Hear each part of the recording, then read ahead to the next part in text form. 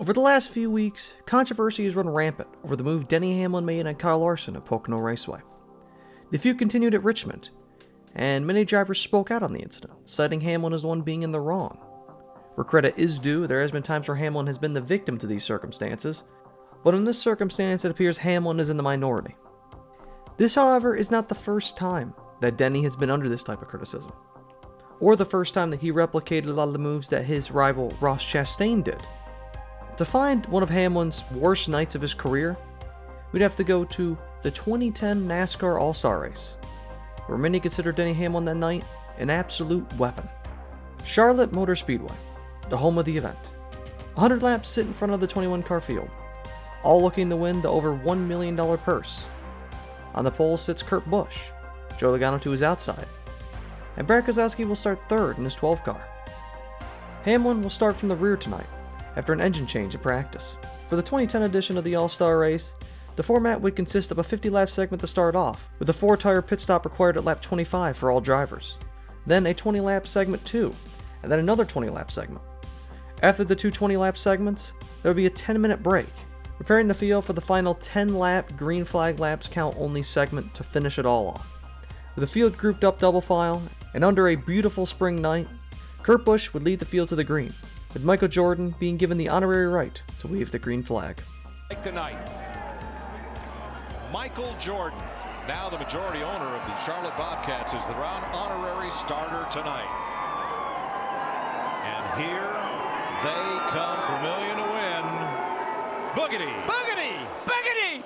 Let's go racing for $1 million, boys!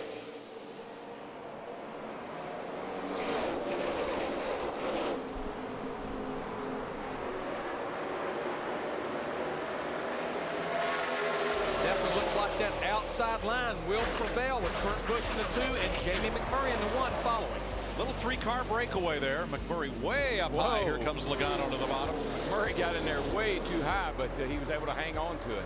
3 wide. Oh, Jeff Gordon's Gordon in the wall, just like a year ago. I mean, he knocked the fire out of it. Immediately completing lap 1, Jeff Gordon touches the wall and causes minor damage. Gordon reports that the car is hurt bad, but he keeps pushing on the top line. Jimmie Johnson charges the 4th as Logano and McMurray race hard for 2nd. Kurt still holding strong is soon attacked by McMurray, and then Johnson rolls the bottom and grabs 3rd.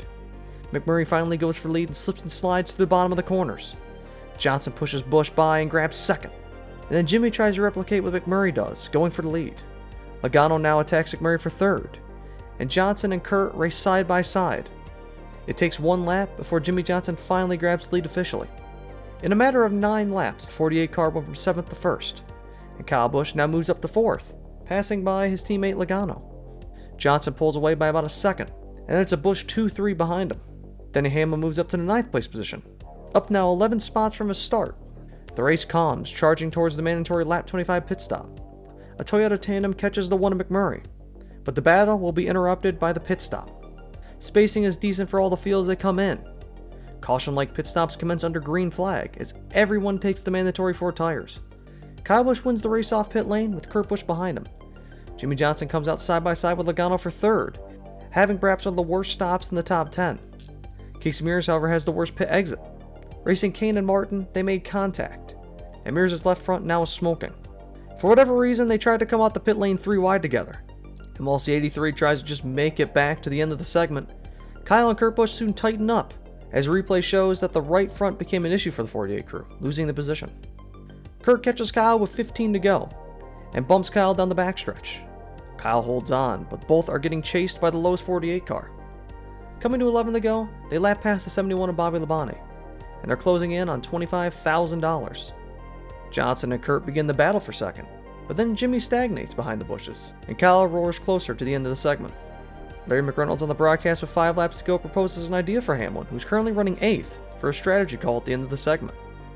Darrell, I think if you're somewhere like Denny Hamlin in the 11 running 8th on back, roll the dice and do 2 tires. We only got 20 laps we got to live with. Let's see what it does. That's what I say.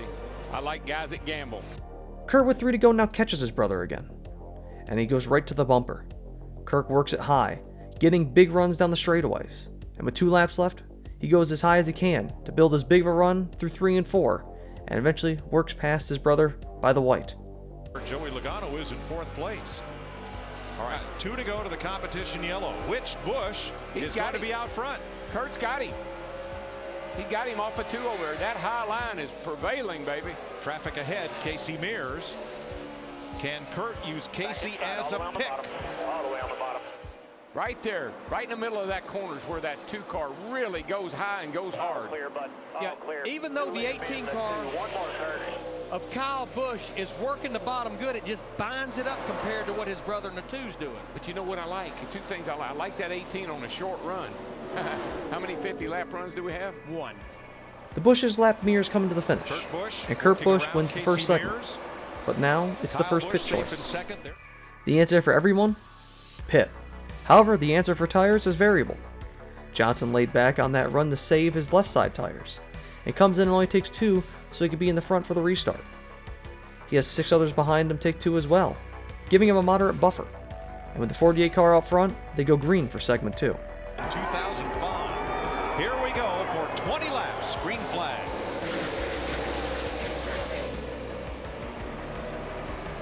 They check up mid-pack with the franchise and Kyle Busch getting 3 wide. Kyle rides fast and Hamlin, his teammate, throws a small block on the diving 18 going into 1.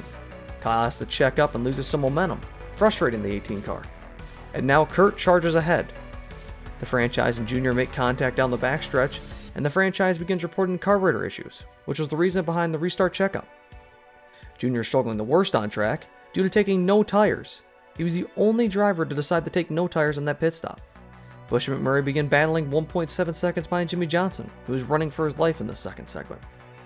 Logano, with 14 laps left, nearly smacks the fence, and it begins fading. This was caused due to Carl Edwards packing the air on the 20, and Joey came down just barely on him. Kurt soon starts getting attacked by the 5 of Mark Martin, and Hamlin now rides 5th, trying the reel on the Martin-Busch battle for 3rd. Kurt loses the rear and about hits the turn 2 wall, losing positions to both Martin and Hamlin. Denny soon starts logging the fastest laps on track. But with about 5 laps left, it's meaningless. With 3 laps left, Kurt is caught by the franchise and Kyle Busch. The 18 moves past the 00 and starts attacking his brother. And just like in segment 1, Kurt and Kyle race hard, but again, Kurt prevails at the end. On this segment, pit stop strategy is wild. Many stay out, and much pit for only 2, deepening the plot on what will win segment 3. Setting up for the final 10-lap shootout, Gordon under this caution begins various repairs and adjustments to attempt to make the car better for the late race shootout. The race restarts again, and Hamlin jacks Johnson up on the restart and almost spins the 48 out. But Johnson sails it in high and grabs the lead back. The field checks up in 2 and Logano takes advantage. McMurray and Martin race hard, and Hamlin attacks both. He nearly touches McMurray down the backstretch and grabs second place solidly. Kurt Busch slaps the fence through 3 and 4. Not hard, but he scrapes the right side paint off. Mark and McMurray continue to race hard, and Kyle Busch begins reeling in Logano and Keselowski. Kurt again hits the wall and completely loses the handle of the car. His brother Kyle gets 6th and looks at a side-by-side battle for 4th. Kane reportedly now hits the wall as well, just like Busch, and Kyle starts trying to get to 5th and clears off a 4. He nearly slaps the wall in the process, and McMurray tries to do the crossover, but Busch eventually prevails. Biffle and the franchise race to the end of the segment for 8th, and Hamlin rides coming to the finish knowing he has the last pit stall due to his qualifying efforts to give him the advantage to possibly beat Johnson off the pit lane. Now we have a 10-minute break, and during this time many of the drivers get out. Brad Keselowski says he has no power steering. Jimmy meanwhile is asked about how exciting the next 10 laps could be. So as far as this event for the folks at home, this final run to the money, how exciting is this going to be? It has the potential to be very, very exciting. There's just no telling. I mean, I feel good about what we've done so far, but with 10-lap shootout, best guys in the business, $1 million on the line, make sure my belts are good and tight, because there's no telling what's going to happen. Denny is also interviewed, as asked about how he could beat Jimmy Johnson. And Dick, Denny Hamlin getting some final thoughts in with Mike Ford. Denny, I heard you say the car was fast. It's showtime right now. You figured out a way to beat the 48? I think we know how. It's just a matter of whether we do or not. We'll see if we can get our car fast enough right here on the short go. This pit stop's going to be very critical. All right, good luck. Thank you, Denny. Thanks. They pull back on track and pace for 2 laps. They all eventually turn in, and now it's time to see who wins the race off pit road. Bosky will pit out of the 4th position. 4 of the over-the-wall men here have college football experience. Athletes all.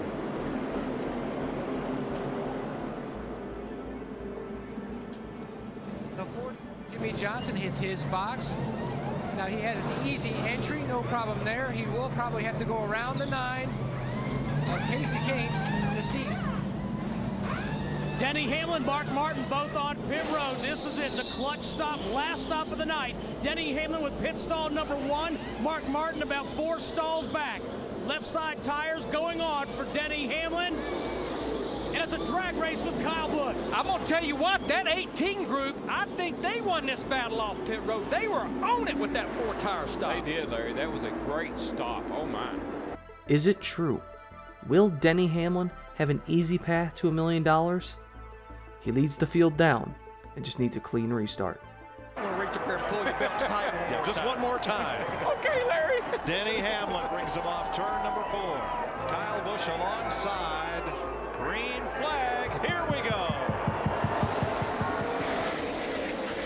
Boy, Joey Logano in the 20 took a look at the inside. Mark Martin around. Martin gets hit and turned. Sake. Stewart tags him. Spins up to the wall. Jeff Gordon, Carl Edwards, Jamie McMurray, and more. The mayhem has begun. The franchise is total. Jeff Gordon is crashed. Mark Martin smashed. And Hamlin gets on the radio and voices frustration, stating that he checked the field up due to wheel spinning on the restart. All of the shuffling in the back, whilst could be faulted with some of the people not slowing down for the incident, falls on Hamlin not going on the restart. The 11 wheel spun, and it checked up the inside lane as well. At this time, there was a rule that made it so you could not pass the leader by the start-finish line. If so, you'd be blacked. They cleaned the wreck up, and on the restart, Hamlin chooses the same lane again. Just like before, he wheel spins on the restart, but this time the field's more prepared. And Busch holds low through 1 and 2, but gets loose, giving the lead to Hamlin. They're double file for 2nd and 4th as they race hard behind the 11 car. Johnson struggles but slides up right behind Kyle Busch. Kyle, now with all the momentum, gets a run on his teammate and sails it on the high side in the 1. Hamlin is good on the bottom, but that 18 is good on the top, and he blocks him. Oh, he put a block He on put him in the wall. He put him in the wall. But he's not going to quit, but here comes the 48 and the 2 of Kurt Busch. Oh, man. Kyle fades and Kurt dives, claiming redemption for his brother. As Hamlin gags on the corners in 3 and 4, Johnson slides in the 2nd, and Kurt Busch is now leading and charging away from the field. 5 to go, and Kyle Busch fades from the damage getting worse. Mears blows a tire in the back, but they keep it green as he slows down on the backstretch. And now it's 3 to go, and the field is calmed. Logano passes by his teammate Hamlin, and he starts chasing Jimmy for 2nd. With 2 laps left, Kurt has a clear shot to win, until... Car in the wall, 2 of them hard, turn 1. And it's Casey Kane and Kyle Busch. Ooh, I believe the 18 got into that wall. When he got in the wall over there, being an 11 car, it must have cut a tire down. Boy, that Heavy damage. The 9 and 18 are tore up now. A cut tire from the 18 after the block from the 11 into the wall. And now it's going to be a green-white checkered. With the downtime, Fox can take a look at the incident. And it's realized that Hamlin actually lifted to slide up to block Kyle Busch. While they didn't make contact, unlike the Larson situation, with the way these cars run, you can't back out of that situation. Hamlin packed all the air onto the left side of Kyle Busch's car, causing him to go up into the fence. The field doubles up again, though. Our current rivals, Kurt Busch and Jimmy Johnson, are ready to duel for the final 2 laps around Charlotte. $1 million to win. Kurt Busch, Jimmy Johnson, Dodge against Chevy, green flag.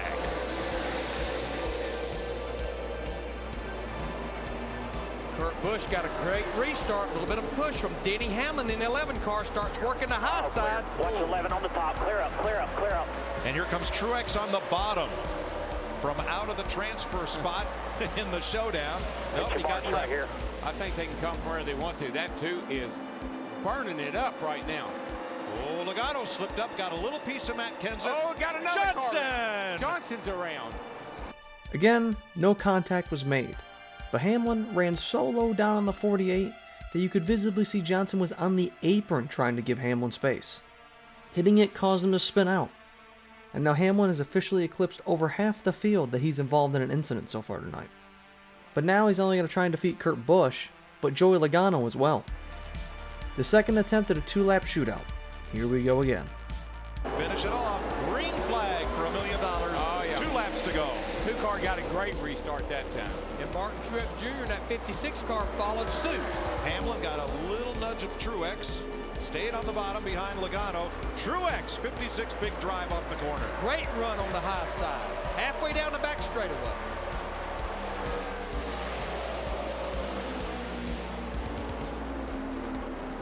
How about that? The 56 car wins the showdown, and here it looks like if he can make it around one more time. White flag.